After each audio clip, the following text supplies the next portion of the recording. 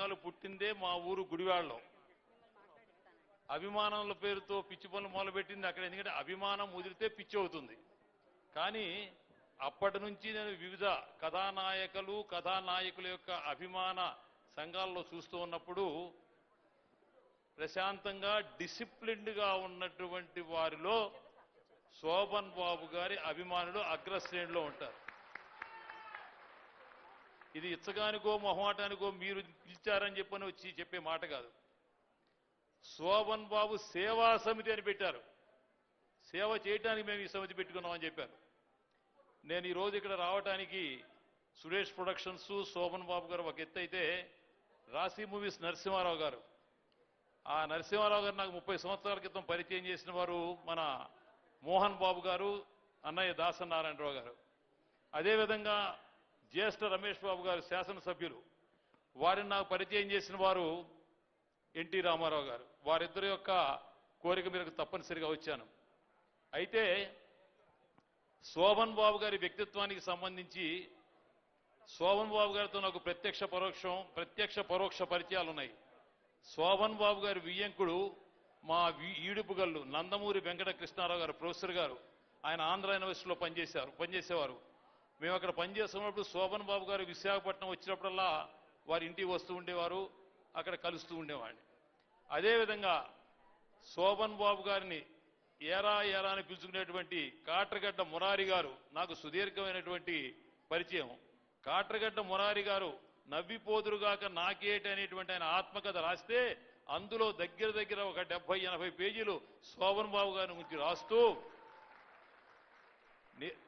మురారి గారు చలనచిత్ర సీమలో నిలబడటానికి కారణం శోభన్ బాబు గారు అని చెప్పి ఆయన పుస్తకంలో రాసుకున్నారు.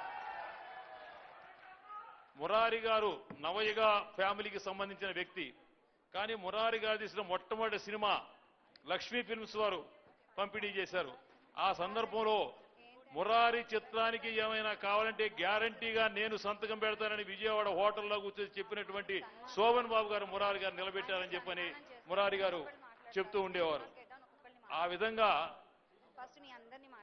శోభన్ బాబు గారి వ్యక్తిత్వాన్ని చూసి ఇక ఈ సోగ్గాడు సినిమా గురించి, ఈ సోగ్గాడు సినిమా అనేటువంటిది మొట్టమొదట నేను మామూలు ప్రేక్షకుడిగా చూశాను. తరువాత ఆ సినిమా వెంటనే జయసుధ గారి కోసం, జయచిత్ర గారి కోసం చూశాను. అప్పుడు జయత్రయం ఏళ్తా ఉన్నారు సినిమా రంగాన్ని. జయప్రద గారు, జయసుధ గారు, జయచిత్ర గారు. అయితే ఈ సినిమా బాపయ్య గారి దర్శకత్వం, సురేష్ ప్రొడక్షన్ నిర్మాణం, మోదుకూరి జాన్సన్ గారి మాటలు, ఆత్రేయ గారి పాటలు ఒక అద్భుతమైనటువంటి షడ్రసోపేతమైనటువంటి విందులాగా ఆ సినిమా గోచరిస్తుంది. నేను మీ శోభన్ బాబు గారి అభిమానులకు చిన్న పరీక్ష పెడతాను. ఈ సినిమాలో నటించినటువంటి వారిలో తర్వాత 3 లోక్సభ సభ్యులయ్యారు, 1 ఎమ్మెల్యే అయ్యారు. అమ్మ జయసుధ గారు ఈ సినిమాలో నటించిన వారు ఆ సినిమా తర్వాత 3 లోక్సభ సభ్యులయ్యారు, 1 ఎమ్మెల్యే అయ్యారు.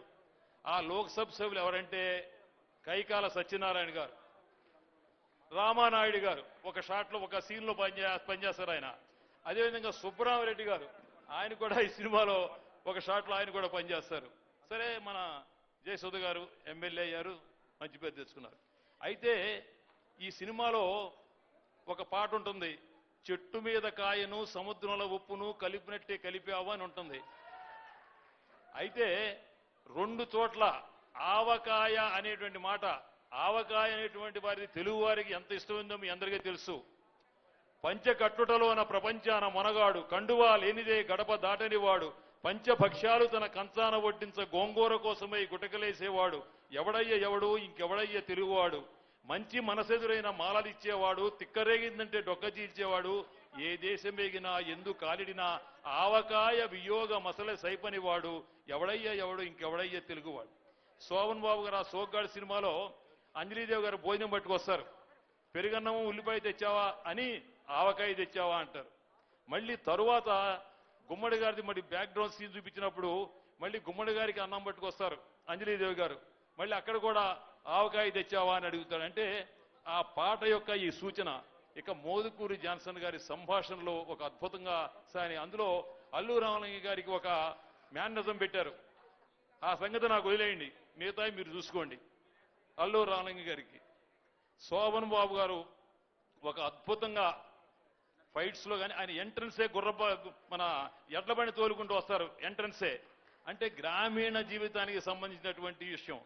ఆ సినిమా కోలవెన్నులో రాఘవేంద్రరావు గారు బాబాయ్ గారు ఊళ్ళో తీశారు, కొంత ఈడుపుగల్లో కూడా తీశారు కృష్ణలో. అంటే గ్రామీణ వాతావరణాన్ని చూపించాలనేటువంటి విషయమే కాకుండా ఒక గొప్ప సందేశాన్ని ఇచ్చారు. రైతే రాజు అనే సందేశాన్ని శోభన్ బాబు గారు ఆయన యొక్క వ్యక్తం చేసినటువంటి దీంతో అద్భుతంగా చూపించారు. అంజలీదేవి గారు ఒక డైలాగ్ ఉంటుంది అక్కడ, శోభన్ బాబు గారు కొడవలు తీసుకుంటాడు, రైతు కొడవలి పంట కోయటానికే గాని